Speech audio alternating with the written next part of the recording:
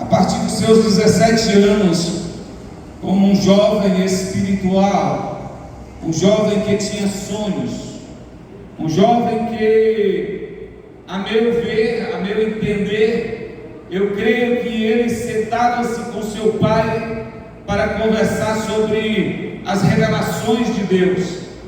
Talvez Jacó tenha conversado com ele sobre os anjos no vale de Jabó. E José tinha essa espiritualidade, e ele era tido como um filho especial, porque era o filho da sua esposa amada, que era estéril. Mas Deus abriu a madre e ela teve esta criança por nome José, e havia sobre ele uma grande expectativa, tanto de seus pais como um grande investimento da parte de Deus na vida de José. José, aos 17 anos de idade, ele está com seus irmãos e ele tem dois sonhos. Ele diz para seus irmãos: observem, eu vi que estávamos no campo e estávamos com os nossos feixes de trigo. De repente o meu feixe ficava no meio de pé, e os de vocês ficavam rodeando e se dobrando diante do meu feixe. Eles ficaram com raiva daquilo, porque diziam em seus corações: será que ele pensa que iremos nos dobrar diante dele? Não passou muito tempo, foram apenas 2 capítulos depois, José tem outro sonho e conta para eles e diz: eu sonhei que o sol, a lua e 11 estrelas se dobravam diante de mim. A Bíblia diz que os irmãos ficavam mais indignados ainda, mas seu pai, o velho Jacó, Israel, ele guardava aquilo em seu coração. No entanto, o repreendia para que não falasse sobre aquelas coisas. Um dia, os irmãos de José foram levar as ovelhas para pastar, e Jacó disse: José, meu filho, como era de costume, vá ver como estão seus irmãos, leve mantimentos para eles, alimentos para eles. E José vai em busca de seus irmãos, no devido lugar, no lugar onde eles deveriam estar, e não estavam. No entanto, José encontra um homem. A Bíblia não fala qual era o nome desse homem, não fala quem era esse homem. José pergunta para esse homem: vocês porventura viram os meus irmãos que deveriam estar ali? E esse homem disse: bem, eu os vi em Hebrom. E José segue para Hebrom. Ele segue para um destino inesperado, para algo que ele não esperava.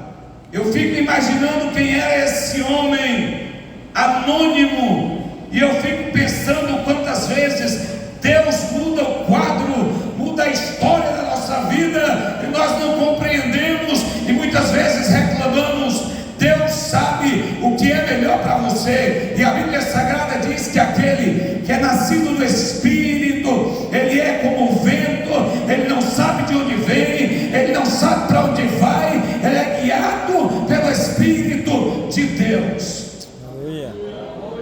José vai para Hebrom, e quando ele se aproxima dos seus irmãos já olham para ele com ódio, com raiva, e eles já começam a conversar sobre o que deveriam fazer. Vamos matar. Judá então toma a palavra e diz: não, vamos jogá-los nessa cisterna, vamos tomar as suas vestes coloridas feitas por nosso pai, vamos encharcá-las de sangue e vamos levar para nosso pai dizer que José foi estraçalhado pelas feras.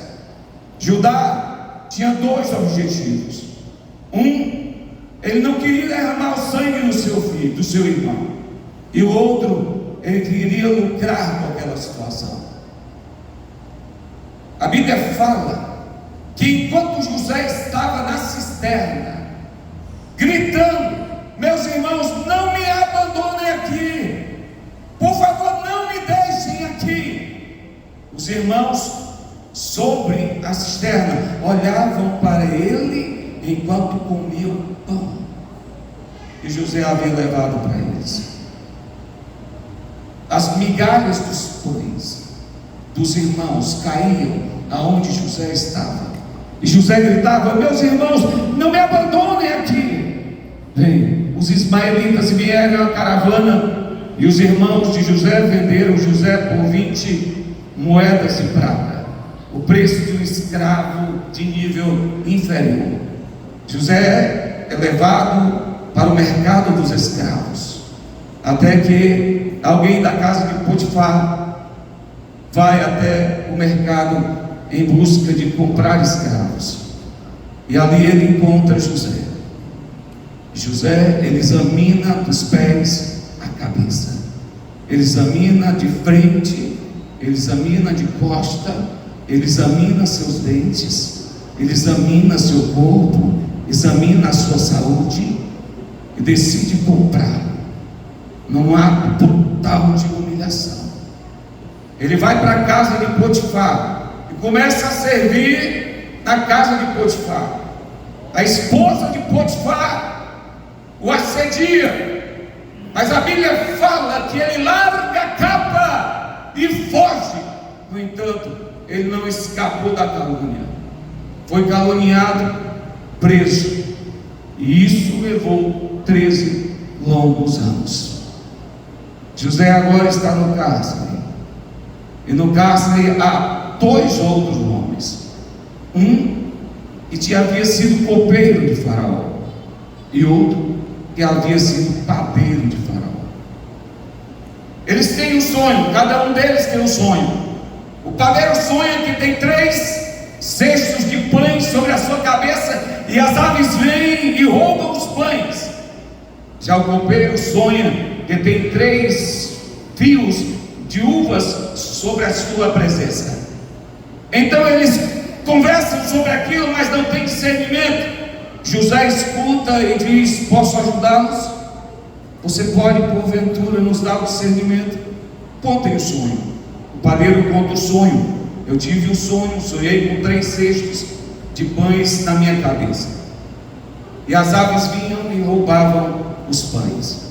José disse: lamento lhe dizer, daqui a 3 dias você vai morrer.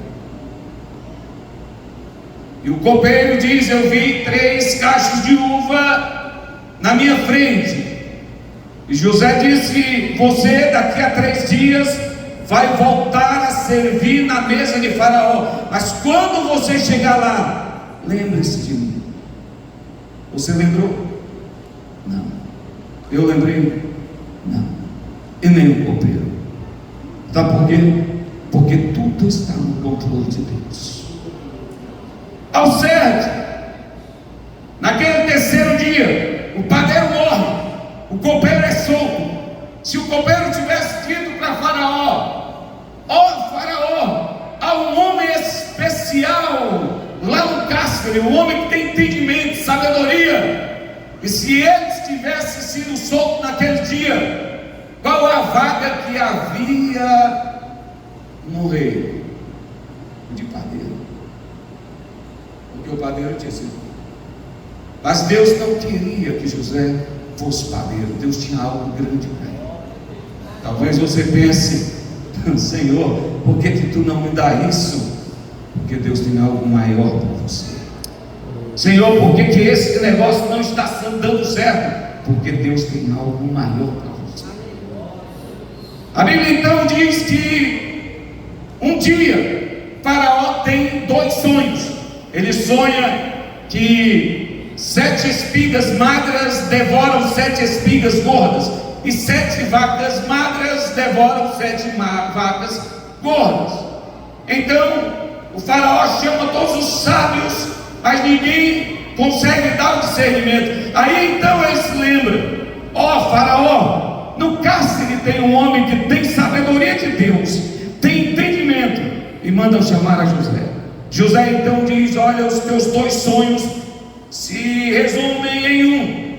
As 7 vacas magras, 7 vacas gordas representam 7 anos de grande bonança. As 7 espigas gordas representam 7 anos de grande bonança. Porém, as 7 vacas magras serão 7 anos de escassez, assim como as 7 espigas que não são gordas serão 7 anos de escassez. Eu sugiro que você encontre um homem que administre durante esses 7 anos de vacas gordas, de espigas gordas, de bonança.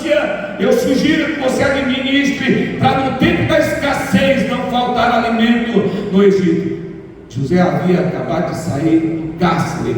Faraó olha para todos os homens e diz: eu não encontro no meu reino um homem cujo Espírito de Deus esteja sobre ele como está sobre ti. Aleluia! Aleluia!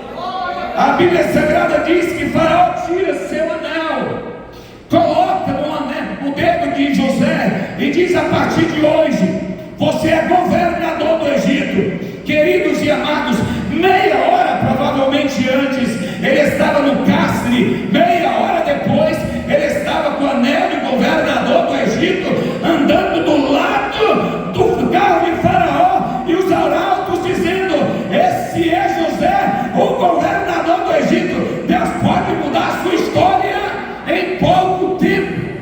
Aleluia! Deus pode mudar a sua história. Faraó então, aos 30 anos de idade, constitui uma família. Ele casa-se com a filha de um sacerdote chamada Asenate. Seu nome é mudado para Zavenate Paneah, que significa o provedor da vida. E eles têm um filho. E quando o filho nasce, que a esposa vê que é um menino, ela dá a honra para que José dê o nome a ele. E José coloca o nome de Manassés, que significa: Deus me fez esquecer da humilhação, das angústias, das feridas, das tristezas que sofri na casa do meu pai. Depois eles têm um outro filho, também é menino. Sua esposa lhe dá mais uma vez a oportunidade de lhe dar o nome, e ele chama de Efraim, que significa: Deus me fez prosperar na casa da minha escravidão. José, ele administra 7 anos, e no 8º ano alguém chega para Faraó e diz: olha, Faraó, aquilo que José falou está acontecendo. Não choveu, a plantação não vingou, estamos em crise. Aciona-se José, e José tinha celeiros, providências em todos os lugares. Ele deu providência para todo o Egito, e depois começou a dar providência para as nações. As nações vinham para comprar no Egito, e quando eles não tinham dinheiro, eles trocavam em terras, em animais, de forma que o Egito se tornou a maior potência da terra naqueles dias. Um dia José está no seu trono e está observando as filas dos homens que vêm comprar no Egito, e ele percebe que há 10 homens diferenciados naquele lugar. Ele desce do seu trono e vai até lá. Ele chega e diz: quem são vocês? Eles dizem: nós viemos de Hebrom, somos filhos de Jacó, nosso pai já é velho, e éramos 12, temos um irmão que ficou, e viemos aqui para comprar mantimento para nossa casa. E José, irado, disse: vocês são espiões e vieram aqui para observar qual é a fraqueza da nossa terra.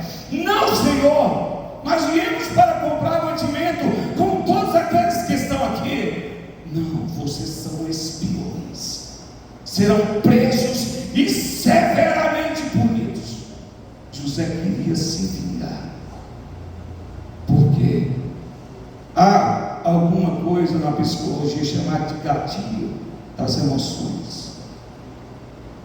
Quando, por exemplo, uma criança, um jovem, uma jovem é abusado,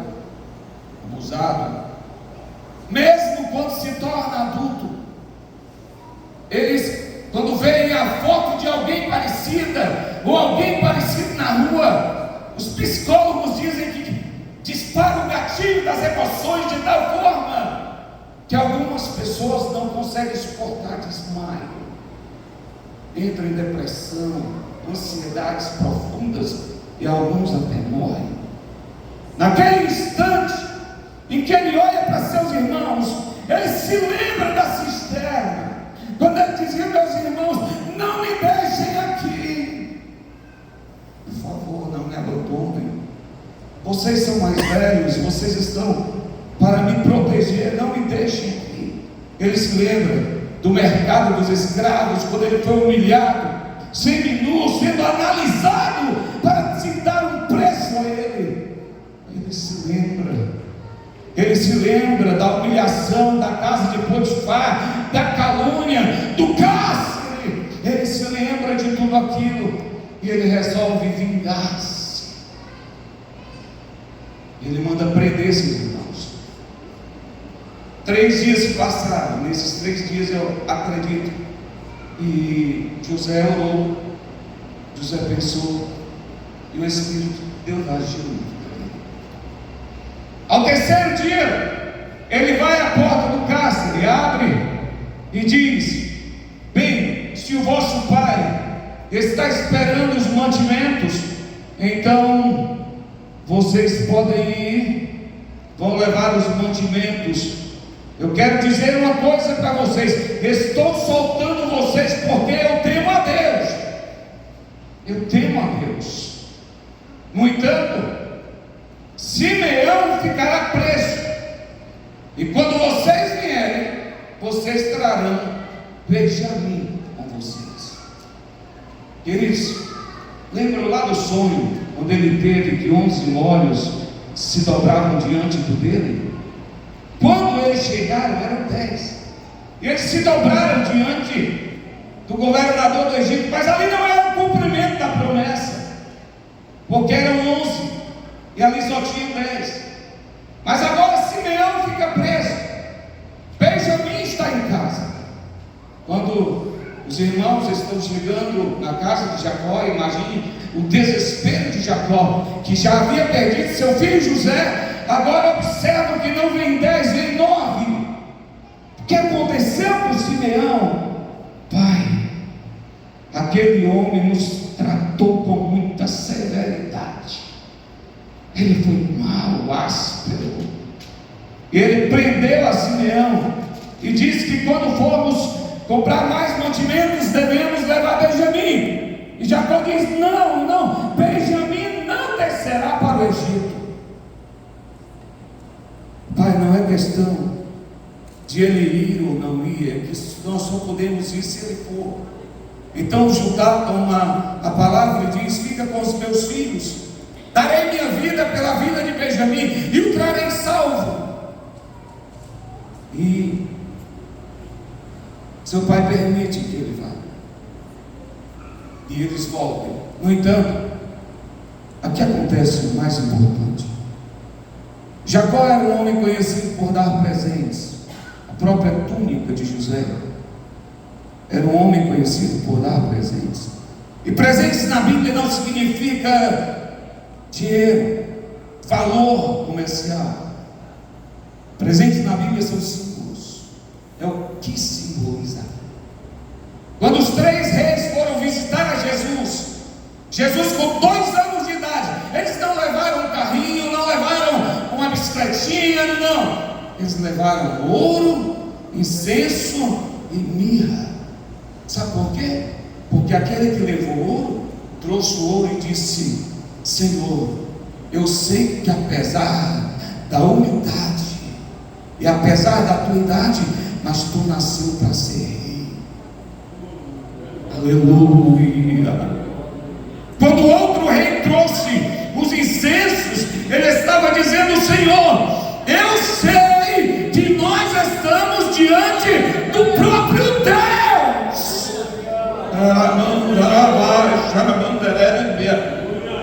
E o outro, quando levou a mirra, isso era o que se usava para embalsamar os mortos. Ele estava falando: eu sei que tu és humano, apesar de rei de Deus, mas tu veio como humano para morrer pelos nossos pecados. Então, presentes na Bíblia eram símbolos. Jacó, então, ele precisa mandar presentes para esse homem, o governador do Egito. Então ele começa a perguntar aos seus filhos: me dê informações a respeito dele, para que eu consiga formular aqui o meu presente. E eles começam: pai, ele é um homem interessante. Dizem que ele chegou ao cargo de governador do Egito através de uma revelação de um sonho que ele teve de Faraó. Sonho?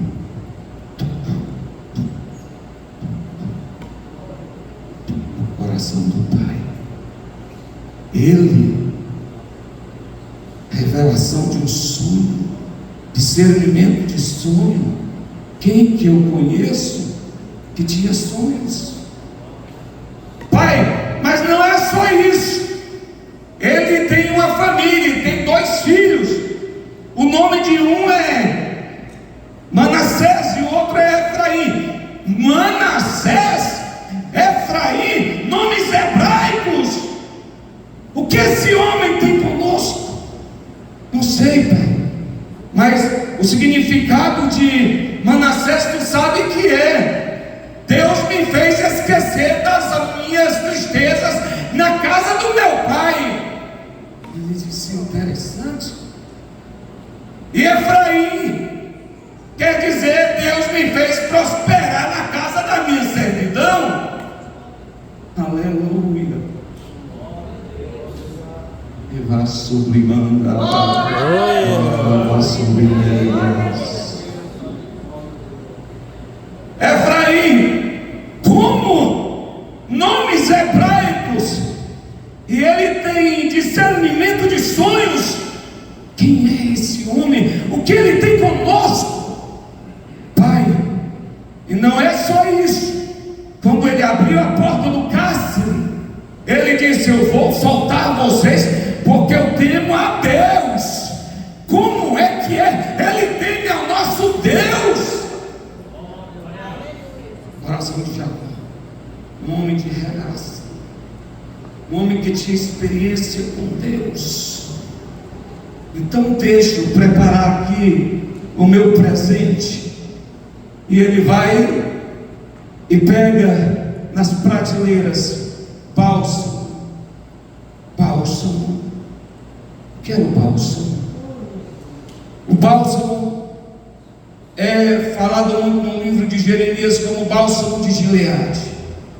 Era um antibiótico, poderoso antibiótico para sarar feridas. Bálsamo era caríssimo. Precisava-se de 2 quilos de ouro para comprar 1 quilo de bálsamo. Ele pega o bálsamo que tem e coloca ali.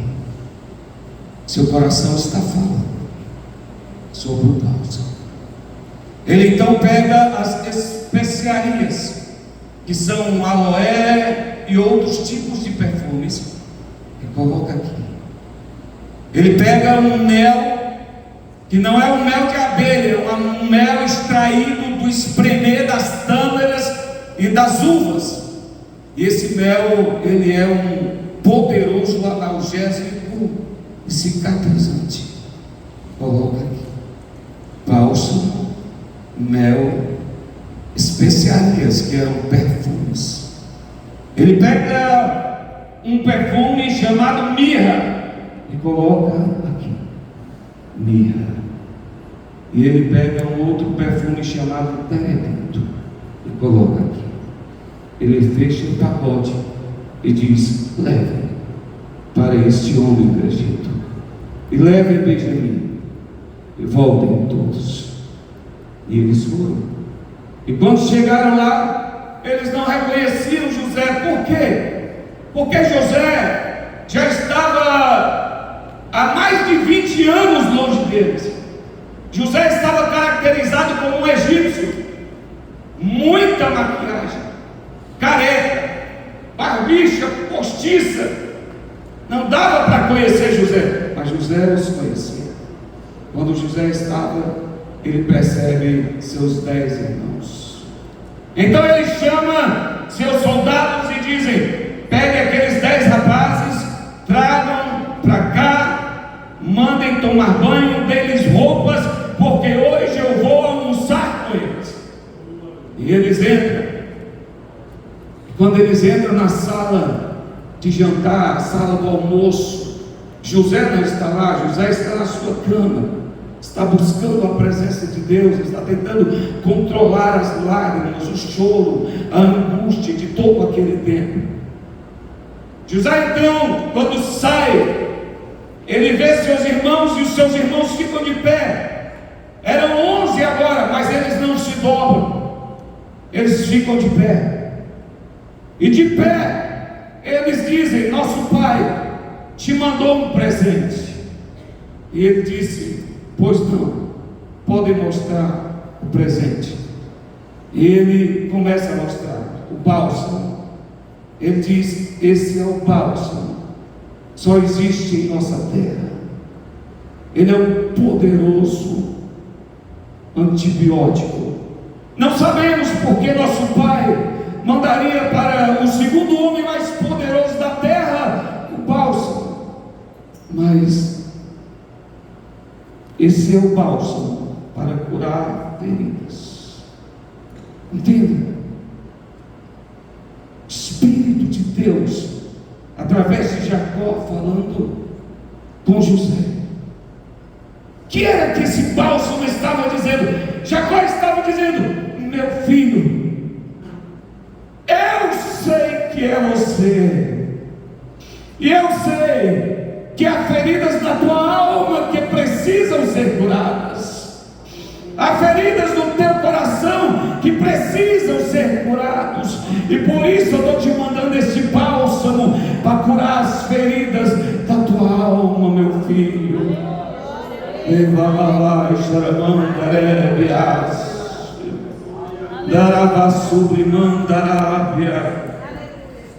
Eles dizem: nosso pai te mandou também esse mel. Esse mel é um poderoso analgésico e cicatrizante.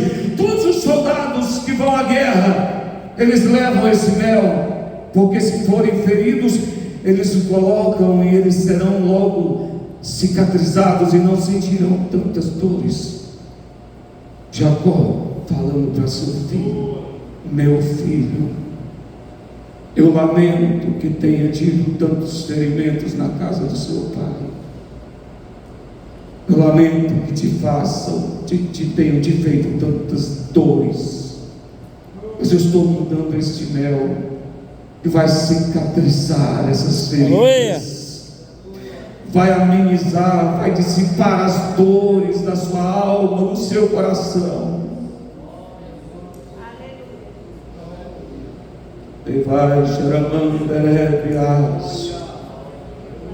Ele diz: ó governador, essas são especiarias, são 3 tipos de perfumes, mas esses perfumes são extraídos de forma diferente. Essas especiarias são extraídas das folhas das árvores.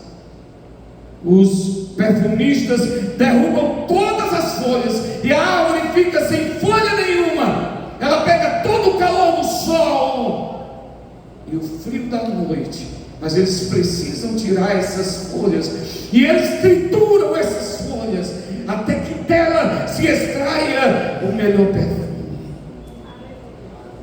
Esse aqui é a mirra. A mirra é extraída através de pedaços de pau, sendo lançados com muita força no tronco das árvores. As árvores, sentimos que elas sofrem, porque elas derramam lágrimas, líquidos, como se fossem lágrimas, como se estivessem chorando, e que em contato com o oxigênio se transforma na resina, e dali nós extraímos a mirra. É assim que se extrai. E temos aqui o terebinto, que é um dos perfumes mais poderosos do nosso povo. Esse terebinto é extraído de uma árvore. Ela alcança 8 metros de altura, mas não é de lá que ela é extraída, são das suas raízes. Os perfumistas cavam um buraco ao redor da árvore e furam as suas raízes, até que dela saiam líquidos, e esse líquido traz um perfume que vai a muitos quilômetros. O coração de José batendo forte, e Jacó falando ao coração do seu filho, dizendo: meu filho, eu sei que arrancaram as tuas folhas, eu sei que bateram no teu tronco, eu sei que furaram as tuas raízes, mas o que se ouve de ti, meu filho, é que o teu aroma se espalha